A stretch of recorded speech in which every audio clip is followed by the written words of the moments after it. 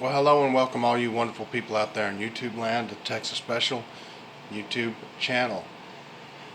For this week's HO scale locomotive review, we are going to be taking a look at this Bachmann 460 Chesapeake and Ohio steam locomotive with DCC Sound Value on board. So, first step, obviously, get this bad boy out of the box. Pop that flap open.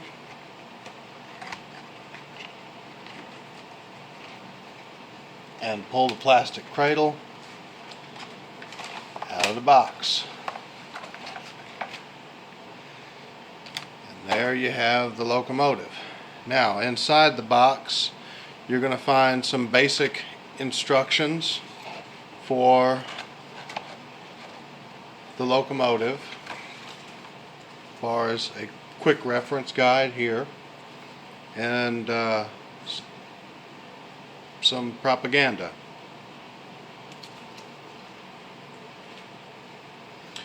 Set this aside.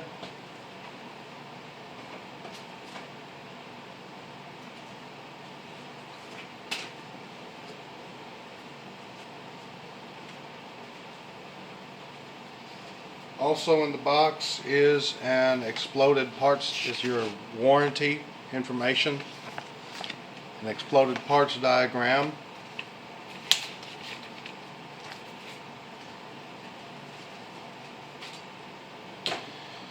now to get the locomotive out of this plastic cradle here, you have this little locking tab.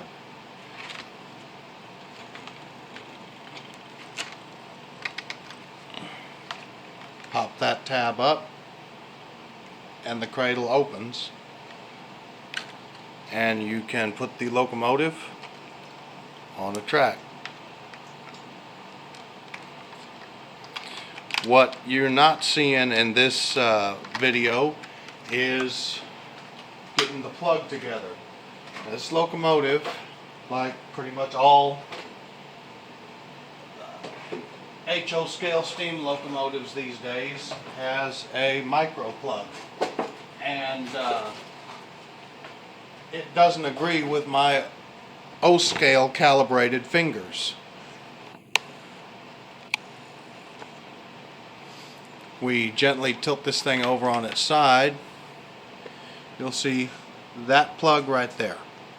Now, that plug right there is kind of a pain in the butt to get into place, and it's actually two plugs. You have one plug here and another plug here.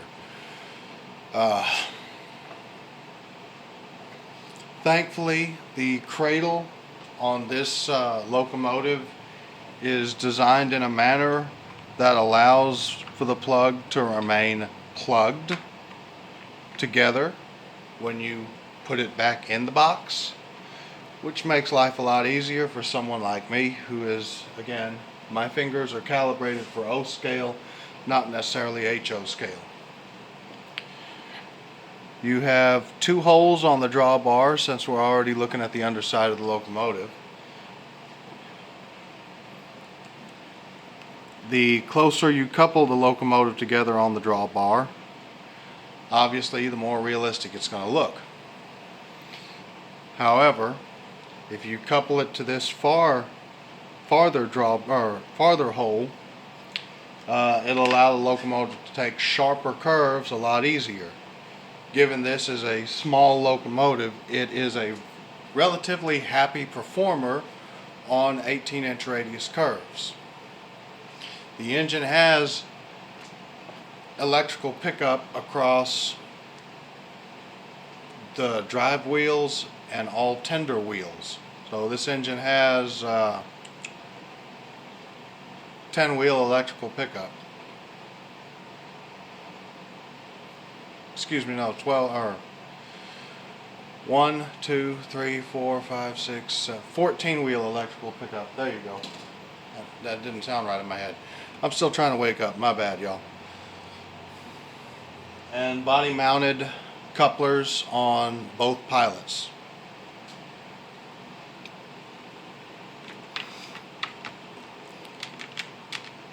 All of the wheels of this locomotive have been chemically darkened to some degree. The wheels on the actual locomotive itself are not quite as darkened as the wheels on the tender.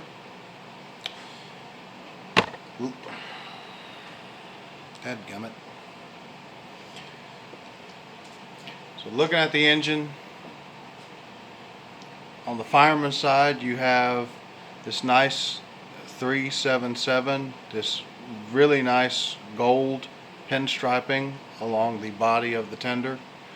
You have gold pinstriping here along the sides of the walkway and on the cab, and of course the C and O is nicely done. You have a builder's plate which is not legible. You have the 377 with pinstriping and some more pinstriping here on the steam dome. You have, or excuse me, sand dome or steam dome, I can't remember which one this is. You have a separately applied bell, the turbo generator. You have a mix of both cast on piping detail and separately applied piping detail. You have a separately applied air compressor, separately applied wire grab-ons, steam lines, chemically darkened side rods and valve gear. Very nicely done drive gear here on the piston.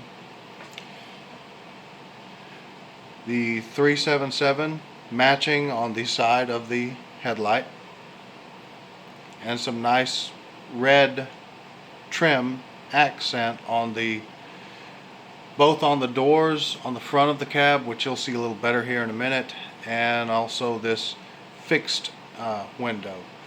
This should be a sliding window, but there is no window there at all.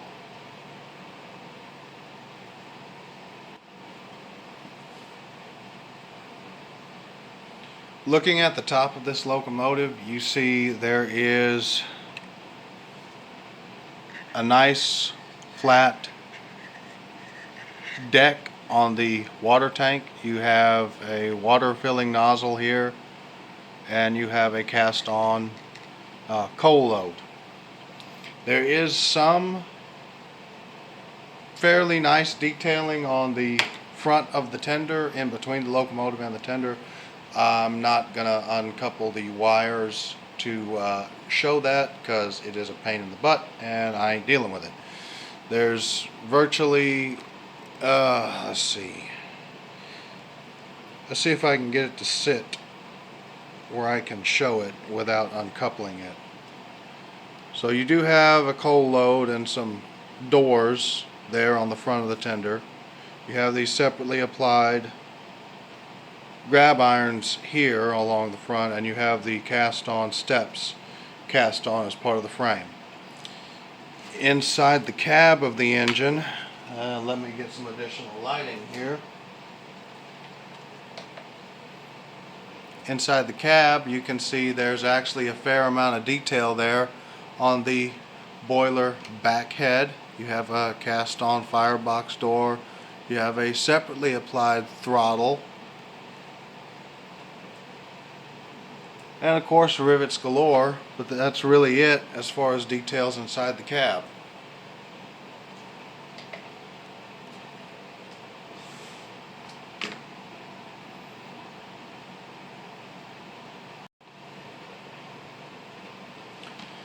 Here on the rear of the tender you see a nice separately applied footboard. The plastic magnetic operating Bachmann Easy Mate knuckle couplers. You have a separately applied, obviously non-functional coupler cut lever. You have this separately applied grab iron here, a separately applied ladder from the pilot to the top of the tender. Separately applied grab irons on both corners on the rear of the tender. And of course this gold pinstriping, some nice rivet detailing, and the matching 377 road number.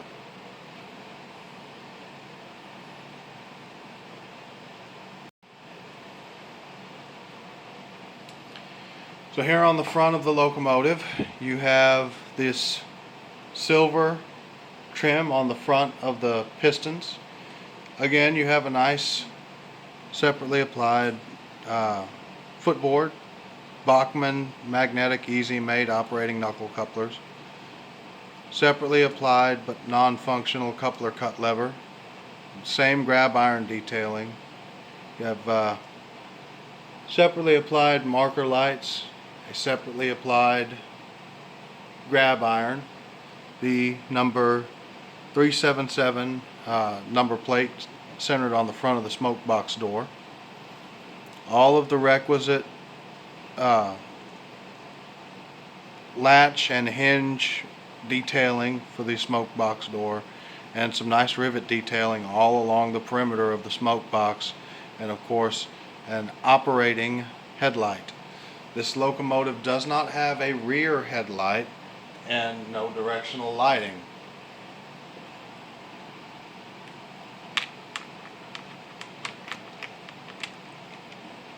And finally, looking at the engineer's side of the engine, you see the power reverser here.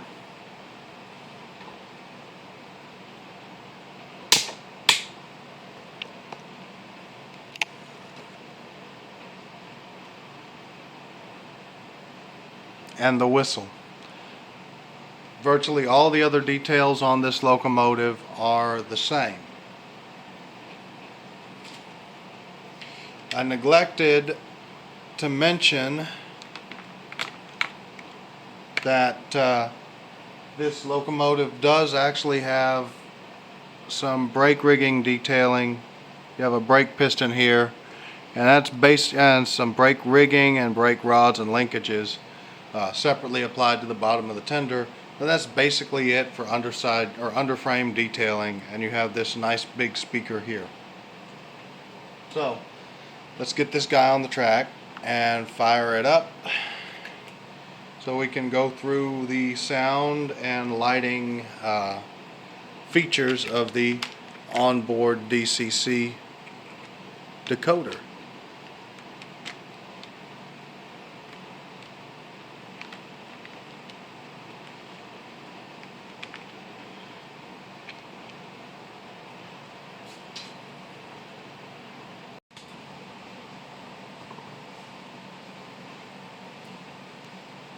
As with pretty much all DCC decoders, the de facto address for this guy is going to be 3. This is not my locomotive. This is a loaner, and given as such, I haven't made any efforts to program it. I haven't been asked to do that, so I'm not going to do that. We're just going to be running with the de facto address of 3 on the DCC decoder. So let's put power to the track and see what this baby does. I mean, I know what it does. I'll allow you to see what it does.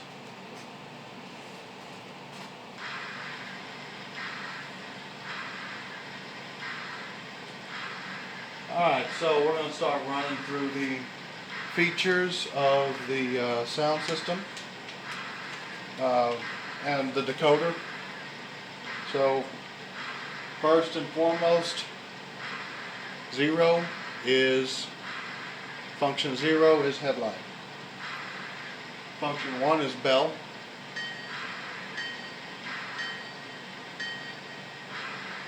Function 2 is whistle.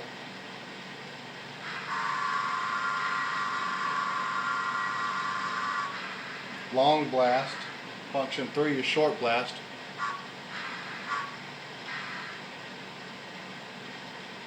Four is steam release.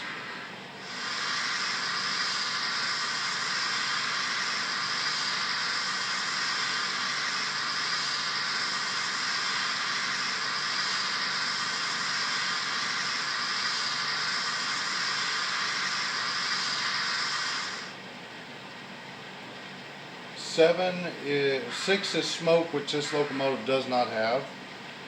Function 7 is dimmer. I'm not sure what that's about. And function 8 is mute.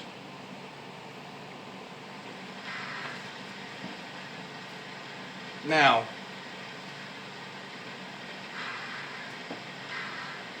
to get this locomotive started, I have my Zephyr set for forward, so we will turn the throttle until this thing starts creeping.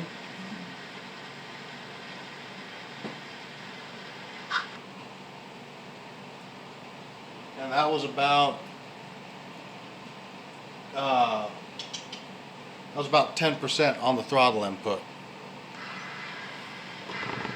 And dirty track strikes again. So that was forward. So going in reverse.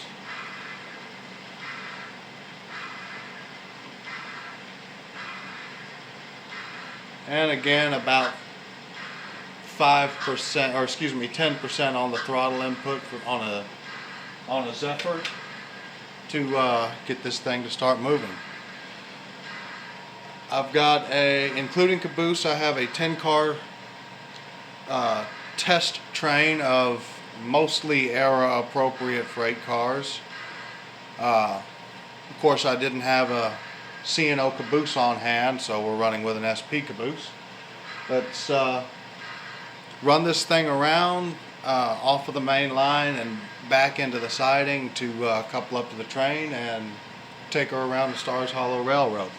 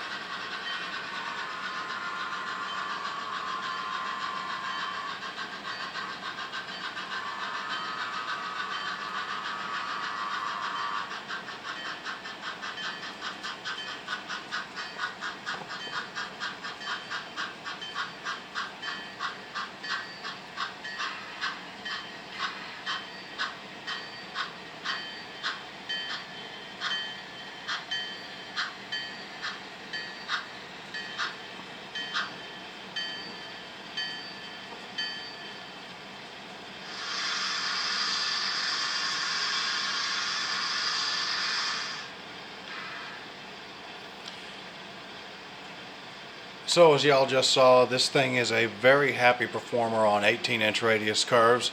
Not a big shock given the small size of the locomotive.